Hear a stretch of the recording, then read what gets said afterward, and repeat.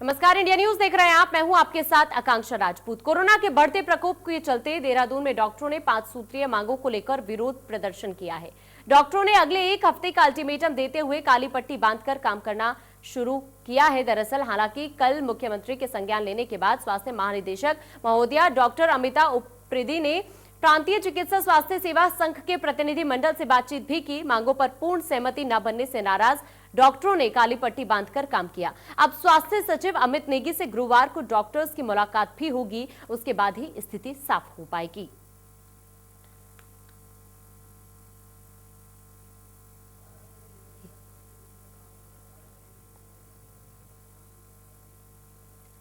हरिद्वार में अतिक्रमण मामले में मायावती की तरफ से ट्वीट किया गया है। दरअसल मायावती ने ट्वीट करके कहा है कि रविदास जी का मंदिर तोड़ने की कार्रवाई अति निंदनीय है। अतिक्रमण हटाने के नाम पर मंदिर तोड़ने की कार्रवाई अति निंदनीय है, ये उन्होंने कहा है। राज्य सरकार संत रविदास जी के अनुयायियों से बात करे, इस मामले का शीघ्र हल निकाले, बीएसपी की ये मांग है। ये ट्वीट किया है बसपा सुप्रीमो मायावती ने, जो ट्वीट हम आपको दिखा भी रहे हैं।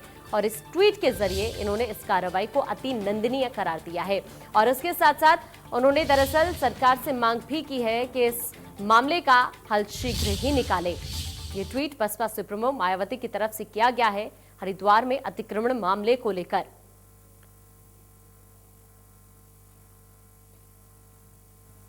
बीजेपी के द्वाराहाट विधायक महेश नेगी पर एक महिला द्वारा लगाए गए यौन उत्पीड़न के आरोपों पर कांग्रेस पार्टी ने चौतरफा सरकार को घेर दिया है।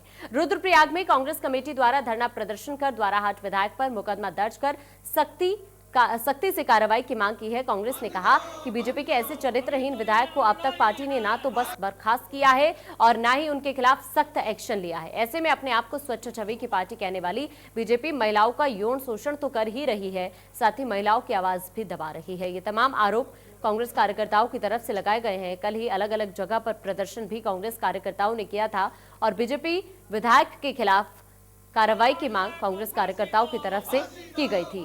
और उसी कड़ी में ये लगातार तस्वीरें भी हम आपको दिखा रहे हैं। ये उसी वक्त की तस्वीर है जब प्रदर्शन किया गया कांग्रेस विधायकों की तरफ से।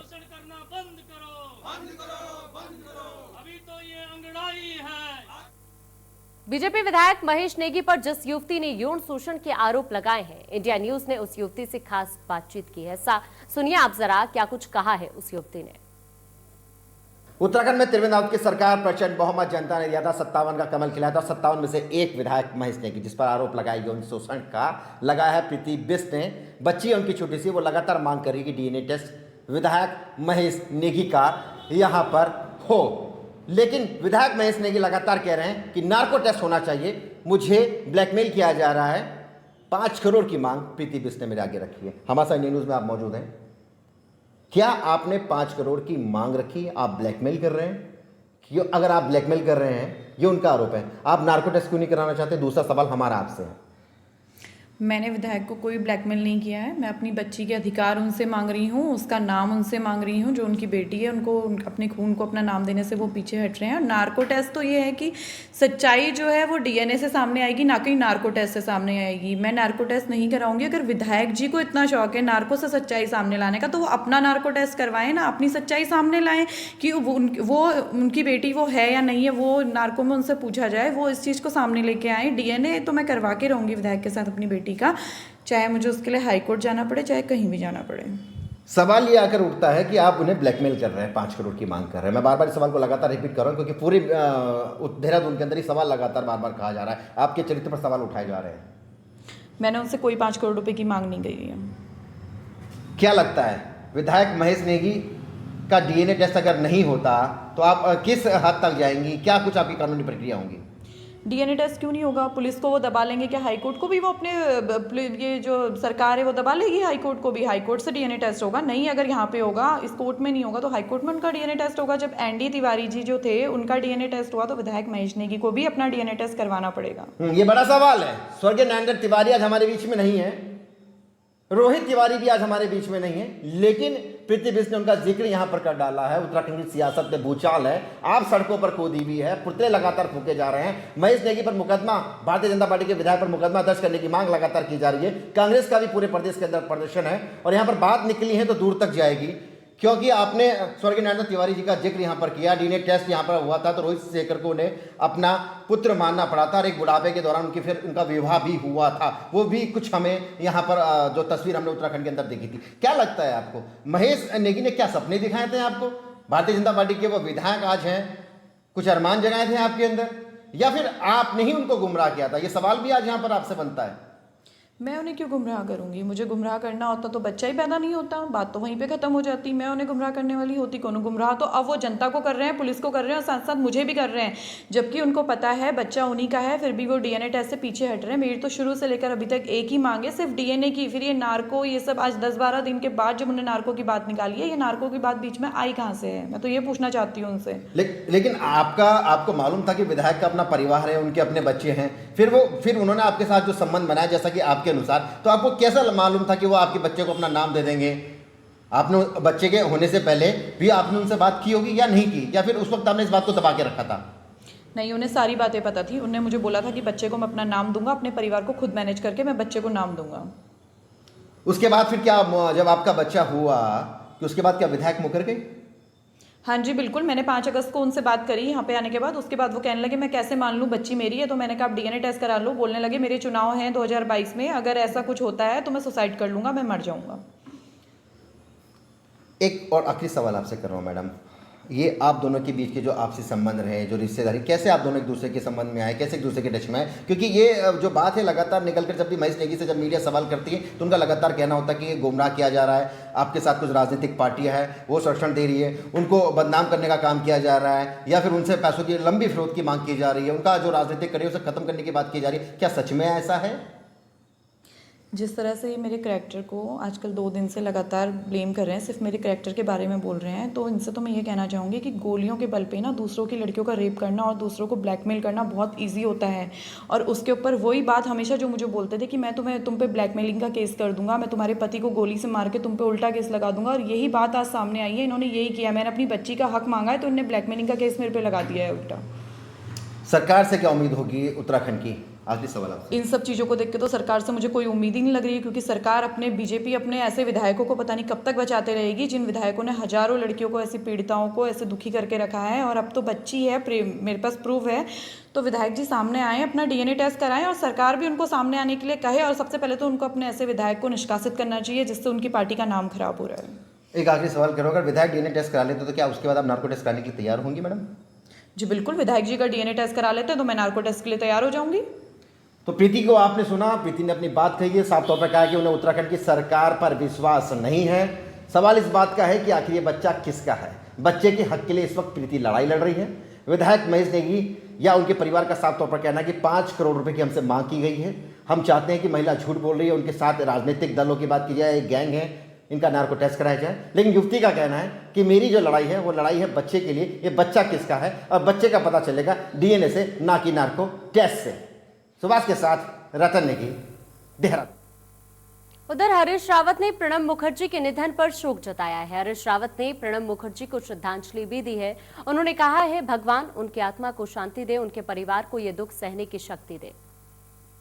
श्री प्रणब मुखर्जी साहब का असामयिक निधन बहुत हृदय विदारक है।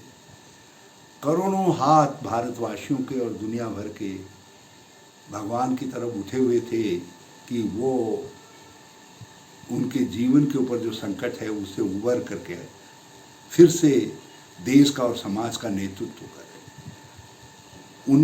उनका निधन देश के लिए एक अपूरणीय क्षति है।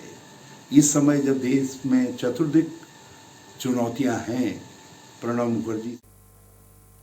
और चलिए इसी बीच आपको तस्वीरें दिखाते हैं। दरअसल पूर्व राष्ट्रपति प्रणब मुखर्जी का अंतिम दर्शन आप कर भी सकते हैं। दरअसल अंतिम संस्कार के लिए तमाम चीजें शुरू हो चुकी हैं। दरअसल दिल्ली की लोधी शमशान घाट में उनका अंतिम संस्कार किया जाना है। इससे पहले उनके दिल्ली स्थित आवास पर प्रधानमंत्री नरेंद्र मोदी, तमाम दिग्गज उन्हें श्रद्धांजलि देने के लिए पहुंच रहे थे। और उसी बीच ये सीधे तस्वीरें हम आपको दिखा रहे हैं।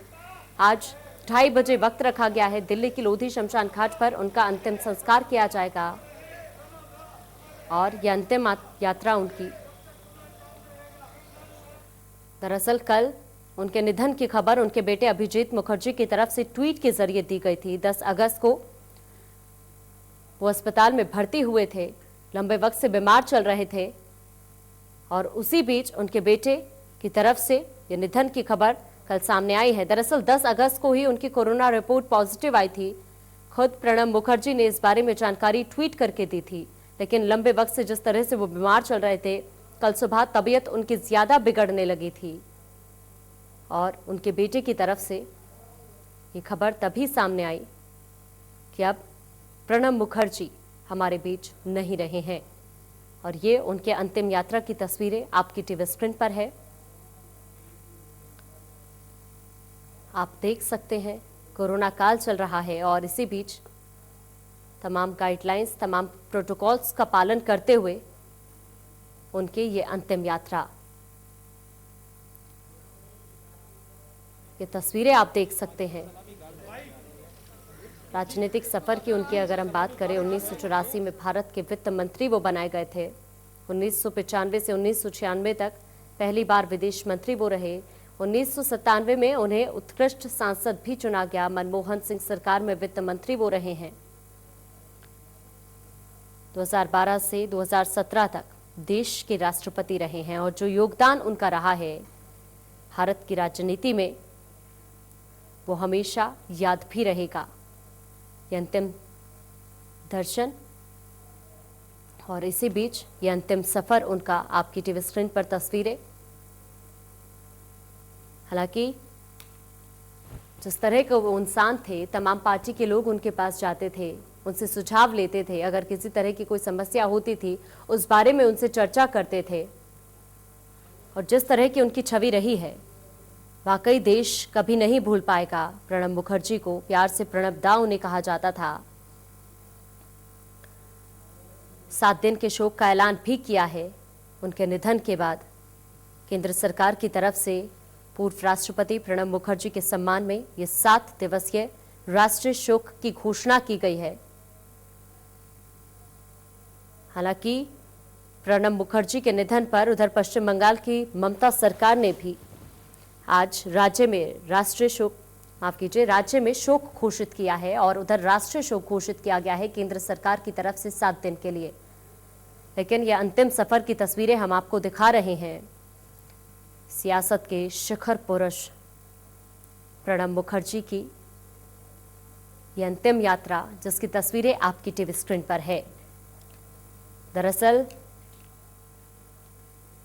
भारत रत्न और पूर्व राष्ट्रपति प्रणब मुखर्जी का दिल्ली के army hospital research and referral में निधन हो गया है। उनके बेटे अभिजीत मुखर्जी की तरफ से ट्वीट करके इस बारे में जानकारी भी दी गई। तभी से तमाम दिग्गज ट्वीट करके उन्हें श्रद्धांजलि अर्पित कर रहे हैं। हालांकि आज दिल्ली के उनके आवास पर भी तमाम दिग्गज उन्हें श्रद्धांजलि देने के लिए पहुंच रहे थे। चाहे प्रधानमंत्री नरेंद्र मोदी हो, राष्ट्रपति रामनाथ कोविंद हो या फिर उपराष्ट्रपति वेंकैया नायडू, तमाम दिग्गज पहुंच रहे थे उनके अंतिम दर्शन के लिए, श्रद्धा सुमन उन्हें वहां पर अर्पित किए। और उसके बाद ये उनके अंतिम सफर की तस्वीरें आपकी टीवी स्क्रीन पर है। राष्ट्रीय शोक की घोषणा की गई है। 7 दिवसीय राष्ट्रीय शोक केंद्र सरकार की तरफ से जिसकी घोषणा की गई है प्रणब मुखर्जी के निधन के बाद। और ये तस्वीरें भी हम आपको दिखा रहे हैं। लगातार ये तस्वीरें आपकी टीवी स्क्रीन पर है।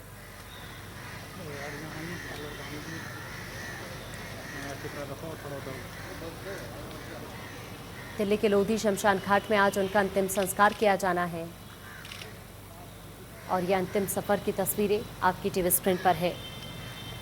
दरअसल आपको मैं ये भी बता देती हूँ कि फेफड़े में संक्रमण की वजह से उनका निधन हुआ है। हालांकि जिंदगी की जंग एंड मौके तक वो लड़ते रहे।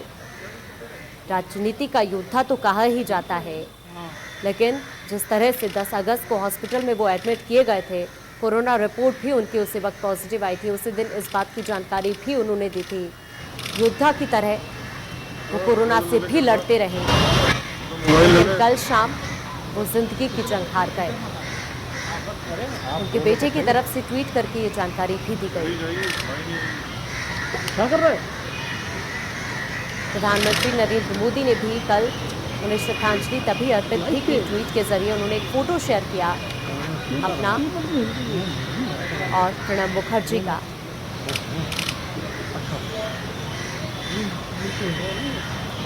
और उन्होंने उस वक्त लिखा भी था एक युग का अंत हुआ। लेकिन इसी बीच ये तस्वीरें भी आप देख सकते हैं प्रणब दा की अंतिम यात्रा की ये तस्वीरें हम आपको दिखा रहे हैं। आधार नहीं है तो बंगाल से चुनाव लड़े प्रणब दादा और जीत करके लोकसभा में आए और फिर उसके ये प्रणब दा की अंतिम यात्रा की तस्वीरें आपकी टीवी स्क्रीन पर है। उनके राजनीतिक सफर की भी हम जिस तरह से जिक्र कर रहे हैं, 1997 में उत्कृष्ट सांसद उन्हें चुना गया था। मनमोहन सिंह सरकार में वित्त मंत्री वो रहे हैं। 2012 से 2017 तक देश के राष्ट्रपति रहे हैं प्रणब मुखर्जी। 5 बार राज्यसभा और 2 बार लोकसभा सदस्य वो रहे हैं। विदेश मंत्रालय से लेकर वित्त मंत्रालय तक जिम्मेदारी उन्होंने संभाली है। 26 जनवरी 2019 में भारत रत्न से सम्मानित उन्हें किया था बीजेपी सरकार ने।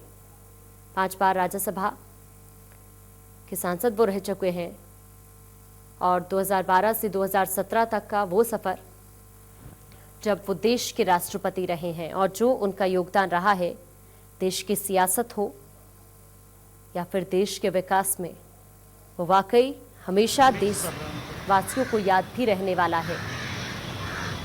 सैन्य सम्मान के साथ ये उनके अंतिम सफर की तस्वीरें आपकी टीवी स्क्रीन पर है।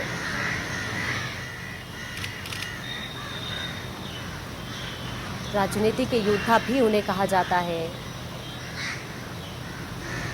हालांकि जिस तरह से वो बीमार हुए थे उसके बाद कोरोना से पॉजिटिव भी वो हुए। 10 अगस्त को उन्हें अस्पताल में भर्ती किया गया था और कल उनकी तबीयत ज़्यादा बिगड़ गई थी,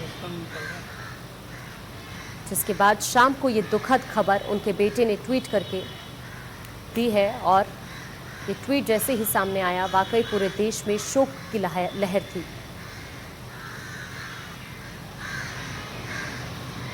लंबी बीमारी के चलते उनका सोमवार शाम को निधन हो गया। भारतीय राजनीति में 6 दशकों का लंबा सफर उन्होंने तय किया है। दरअसल दिल्ली के सैन्य अस्पताल में उन्होंने आखिरी सांस ली और ये तस्वीरें जो आपकी टीवी स्क्रीन पर है, सैन्य सम्मान के साथ ही उन्हें अंतिम विदाई दी जा रही है।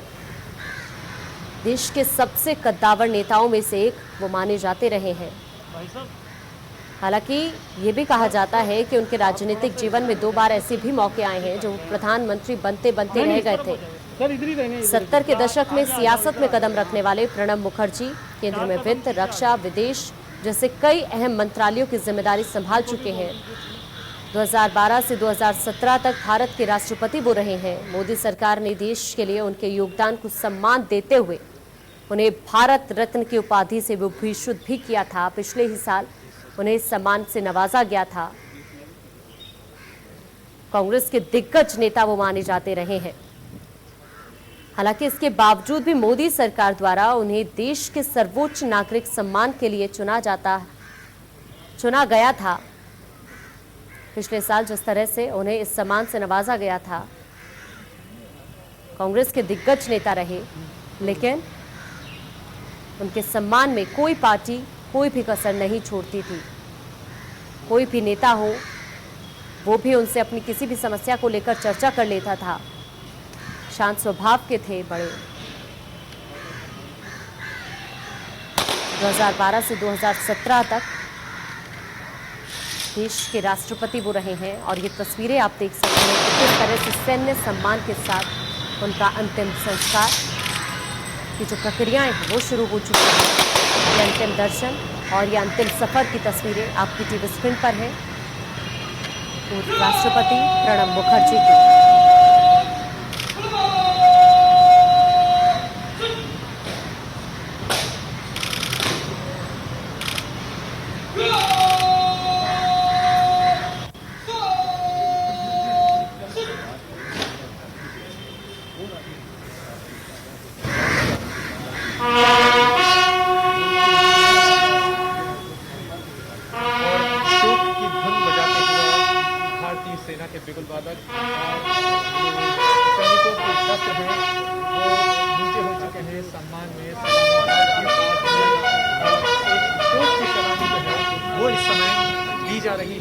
राष्ट्रपति प्रणब मुखर्जी को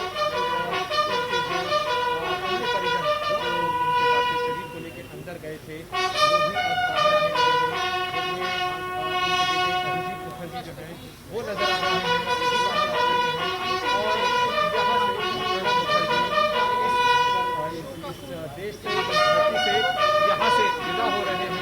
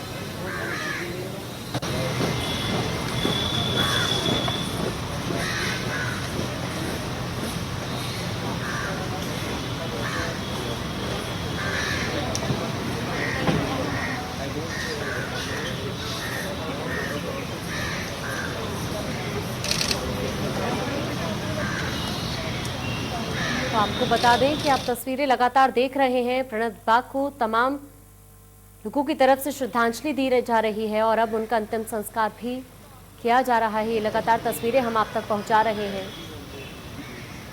हालांकि इससे पहले तमाम दिग्गजों ने उन्हें श्रद्धांजलि दी है। ये तस्वीरें आप देख सकते हैं। अंतिम सफर पर प्रणब दा, ये उस वक्त की तस्वीरें और अब आप देख रहे हैं जब तमाम दिग्गज उनके दिल्ली स्थित आवास पर पहुंच रहे थे और उन्हें वहां पर श्रद्धांजलि अर्पित कर रहे थे। प्रधानमंत्री नरेंद्र मोदी हो या फिर राष्ट्रपति रामनाथ कोविंद, तमाम लोग उन्हें श्रद्धांजलि देने उनके दिल्ली स्थित आवास पहुंचे थे। चलिए फिलहाल एक छोटी सी ब्रेक के लिए रुकेंगे, जल्द हाजिर होंगे।